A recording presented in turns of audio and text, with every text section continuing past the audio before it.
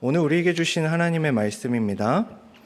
사무엘상 17장 48절에서 54절까지의 말씀입니다. 사무엘상 17장 48절에서 54절까지의 말씀입니다.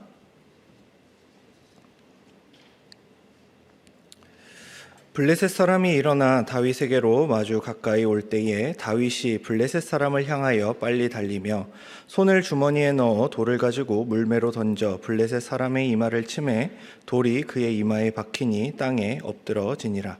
다윗이 이같이 물매와 돌로 블레셋 사람을 이기고 그를 쳐 죽였으나 자기 손에는 칼이 없었더라. 다윗이 달려가서 블레셋 사람을 밟고 그의 칼을 그 칼집에서 빼내어 그 칼로 그를 죽이고 그의 머리를 베니 블레셋 사람들이 자기 용사의 죽음을 보고 도망하는지라. 이스라엘과 유다 사람들이 일어나서 소리 지르며 블레셋 사람들을 쫓아 가이와 에그론 성문까지 이르렀고 블레셋 사람들의 부상자들은 사하라임 가는 길에서부터 가드와 에그론까지 엎드러졌더라. 이스라엘 자손이 블레셋 사람들을 쫓다가 돌아와서 그들의 진영을 노락하였고 다윗은 그 블레셋 사람의 머리를 예루살렘으로 가져가고 갑주는 자기 장막에 두니라. 아멘.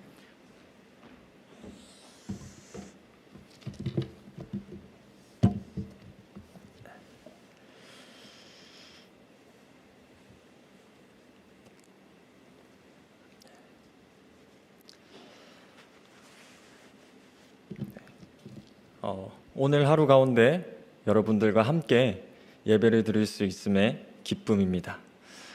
오늘 말씀을 통하여서 우리 성도님들이 힘을 얻어서 또 삶 가운데 나아갔을 때 그 힘을 가지고 삶을 또 이겨낼 수 있길 소망합니다. 저와 성도님들 모두는 이 말씀을 통하여서 말씀의 힘을 가지고서 하나님의 나라와 하나님의 의를 위해 살아가려고 노력합니다. 이 신앙과 이 현실을 같이 합일해서 이루어가기 위해서 힘을 씁니다. 애를 씁니다. 그러나 여러 가지 외적인 요소들로 인하여서 때때로 그 신앙이 많은 영향을 받고는 합니다. 이 물질적인 문제, 또 건강에 대한 문제, 또 가족에 대한 문제, 학업에 대한 문제, 진로에 대한 문제 등등이 여러 가지가 있습니다. 그리고 이 사회에서 말하는 수많은 이슈들이 또 우리의 신앙에 영향을 줄 때가 있습니다. 근래에는 금리가 높아진 것이 있고 또 팬데믹 현상으로 질병에 대한 문제들도 있었습니다.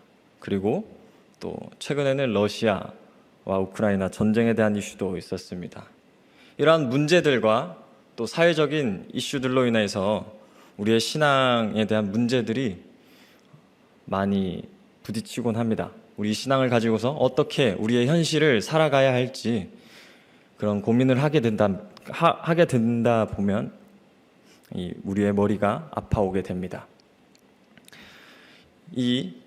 우리 골이 아픈 우리의 현실에 대해서 오늘 이 골리앗과 다윗의 이야기를 통해서 이 모든 것을 극복할 수 있는 그 비결을 알아보려고 합니다. 이 골이 아픈 우리의 현실을 어떻게 하면 우리가 이겨낼 수 있을까요? 극복할 수 있을까요? 이 질문에 앞서서 우리는 가장 먼저 전제해야 될 게 있습니다. 이 신앙의 길을 걸어가는 데 있어서 만나는 문제들은 단순한 사건으로 보는 것이 아니라 영적인 전쟁으로 보아야 한다는 것입니다. 이를 이해하기 위해서는 다윗과 골리앗의 이야기가 우리 성도님들 가운데 많은 도움을 줄 것 같습니다.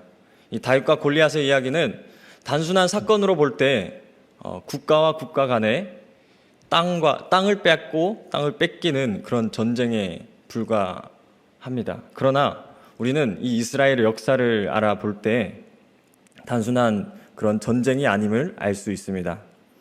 이스라엘은 하나님께서 허락하신 가나안 땅에 지금 현재 속해 있습니다. 이 가운데에서 이 블레셋이 이스라엘 땅에 침입했던 이야기입니다. 이 17장 1절에서 3절의 말씀을 보게 되면 이 블레셋이 이스라엘에 있는 유다 지역에 속한 엘라 골짜기 맞은편에 진을 치고 있습니다. 이 블레셋이 이미 유다에 속한 곳, 다시 말해서 하나님의 땅에, 하나님이 다스리고 있는 땅에 들어와서 하나님의 백성인 이스라엘과 대치하고 있는 상황인 것입니다. 이 블레셋은 하나님의 땅에 들어온 대적들이었습니다. 이 가운데에서 이스라엘도 이런 상황들을 인지하고서 알고서 이 블레셋과 싸우려고 태세를 취합니다. 17장 19절 말씀을 보면 알 수 있습니다. 제가 읽겠습니다. 그때 사울과 그들과 이스라엘은 모든 사람들은 엘라 골짜기에서 블레셋 사람들과 싸우는 중이더라. 이스라엘 백성들도 처음에는 이 블레셋이라는 침입자에 대해서 싸우려고 했습니다. 그러나 골리앗이 등장하고서는 이러한 모든 이야기들이 많이 바뀌게 됩니다. 골리앗이 이렇게 말을 하죠. 사무엘상 17장 8절과 9절입니다. 그가 서서 이스라엘 군대를 향하여 외쳐 이르되 너희가 어찌하여 나와서 전열을 벌였느냐? 나는 블레셋 사람이 아니며 너희는 사울의 신복이 아니냐? 너희는 한 사람을 택하여 내게로 내려보내라. 그가 나와 싸워서 나를 죽이면 우리가 너희의 종이 되겠고 만일 내가 이겨 그를 죽이면 너희가 우리의 종이 되어 우리를 섬길 것이니라. 이 골리앗이 이스라엘을 향해서 이렇게 얘기를 하고 있습니다. 이스라엘 군사들과 이 블레셋 군사들이 서로 피를 보며 싸울 필요가 없다. 너희 중에서 최고의 전사 한 사람만 나에게 보내서 단일적으로 1대1로 싸우게 하자. 만일 그가 나를 죽이면 이 블레셋이 너희들의 이스라엘 땅의 종이 되겠고 내가 그를 죽이면 너희가 우리의 종이 될 것이다 라고 골리앗이 합리적으로 그들에게 제안을 하고 있습니다. 이어서 10절에 골리앗이 계속해서 이야기를 하게 됩니다. 그 블레셋 사람이 또 이르되 내가 오늘 이스라엘의 군대를 모욕하였으니 사람을 보내어 나와 더불어 싸우게 하라 한지라. 골리앗이 계속해서 말을 이어갑니다.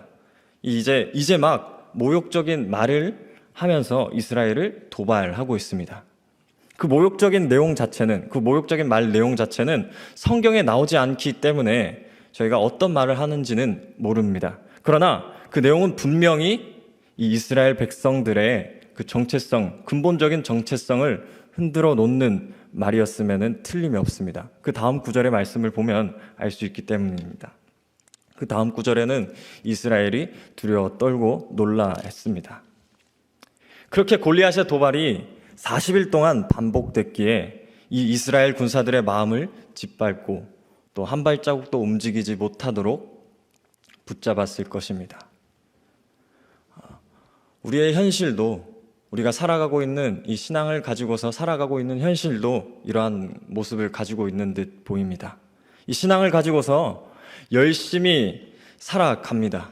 그러나 어느 순간 문제들이 불가항력적으로 우리가 인지하지 못하는 순간에 그런 문제들이 닥쳐오고는 합니다. 그리고 그 문제에 싸우려고 처음에는 열심히 우리의 신앙을 가지고 노력을 합니다. 이스라엘이 하나님의 땅에 침입해온 그 블레셋과 싸우려고 했듯이 말입니다. 그러나 우리는 문제를 이길 때도 있지만 넘어질 때도 있습니다. 넘어질 때가 언제일까요? 그 문제가 우리의 생각보다 너무 크고 또 그 문제가 우리의 생각으로 여겨질 때, 이성적으로 생각할 때, 옳다고 여겨질 때 무너지게 됩니다. 이스라엘 백성들도 마찬가지였습니다. 처음부터 그들은 무너진 상태가 아니었습니다. 이 골짜기를 두고 대치를 하였고 싸우려고도 했습니다.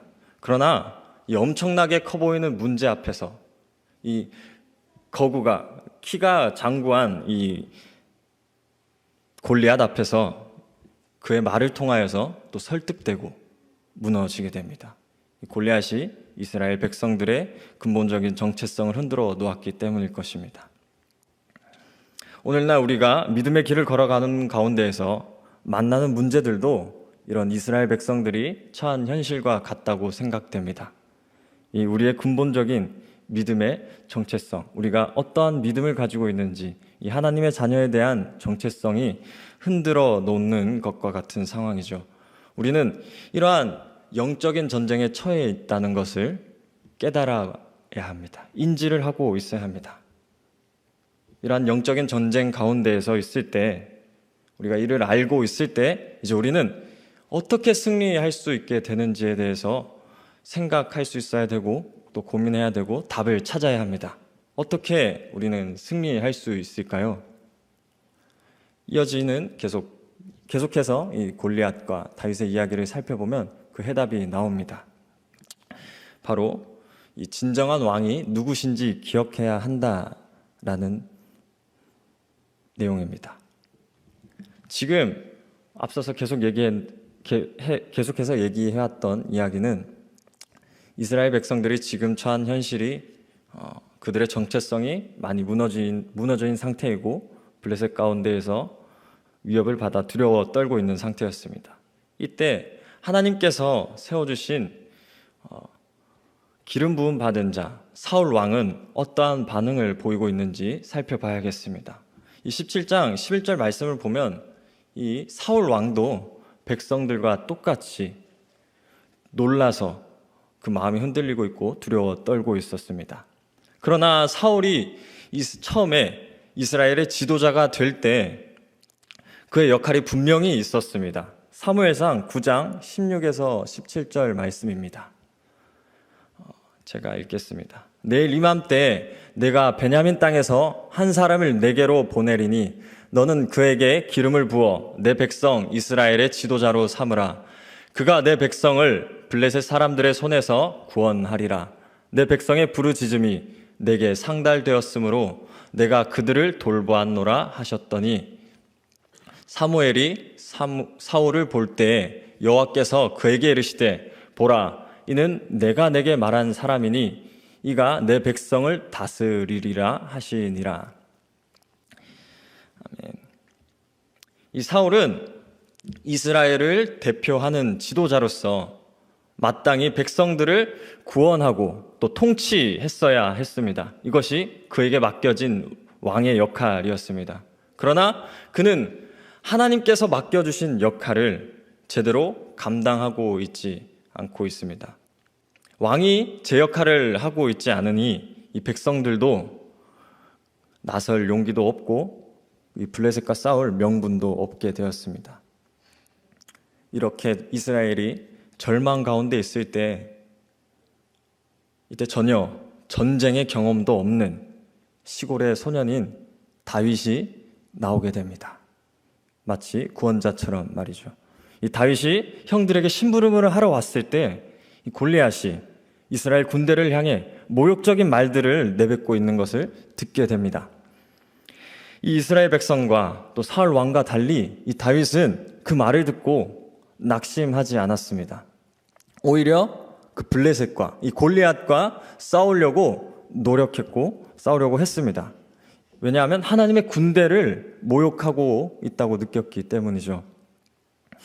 그렇게 다윗은 여러 진영을 돌아다니면서 백성들에게 계속된 질문들을 하고 그 질문들을 통하여서 사울 왕이 그 이야기를 듣게 되고 그 사울 왕 앞에 나아가서 사울 왕이 만류에도 불구하고 그는 아무런 보호구도 착용하지 않고 물매와 이 돌멩이 5개를 가지고서 골리앗 앞에 나아가게 됩니다. 그리고 우리는 모두 다 알다시피 다윗이 골리앗을 이기게 되는 것을 알고 또 이스라엘이 승리하게 되는 줄 압니다. 이때 다윗은 무엇을 무장하고 갔기에 이 전쟁에서 승리할 수 있게 되었을까요? 그는 그런 전쟁에 나아갔을 때 이렇게 말하고 있습니다. 사무엘상 17장 47절 말씀입니다. 또 여호와의 구원하심이 칼과 창에 있지 아니함을 이 무리에게 알게 하리라. 전쟁은 여호와께 속한 것인즉 그가 너희를 우리 손에 넘기시리라. 이 다윗은 진정한 왕이신 하나님께서 이 전쟁을 이끌고 계심을 믿는 믿음을 가지고서 나아갑니다. 그리고 그 다윗이 그 믿음을 가지고 블레셋을 향해 나아갈 때 이 모습을 보고 백성들은 어떠했는지 또 살펴보겠습니다. 사무엘상 17장 52절 말씀입니다. 이스라엘과 유다 사람들이 일어나서 소리 지르며 블레셋 사람들을 쫓아 가이와 에그론 성문까지 이르렀고 블레셋 사람들의 부상자들을 사하라임 가는 길에서부터 가드와 에그론까지 엎드러졌더라. 이 모습이 처음에 이스라엘의 백성들의 모습과는 사뭇 다릅니다. 이전에 그들은 사울 왕을 보고 있을 때 그들은 침체되어 있는 상태로서 블레셋에 대항할 힘이 없는 모습처럼 보였습니다. 왜냐하면 하나님께서 세워주신 그 기름 부음 받은 자 사울 왕이 자신의 사명을 다하지 않고 또 가만히 있었기 때문입니다. 그 가운데서 이스라엘 백성들의 마음 가운데는 그 사울 왕의 모습을 보고 어쩌면 하나님께서 함께하지 않고 있다는 마음을 가지고 있었을 수도 있습니다. 그러나 이 다윗이 등장하고서는 모든 상황이 바뀌게 됩니다. 이스라엘 백성들은 이 다윗을 따라서 하나님의 땅에 침입해온 자들을 쫓아내게 됩니다.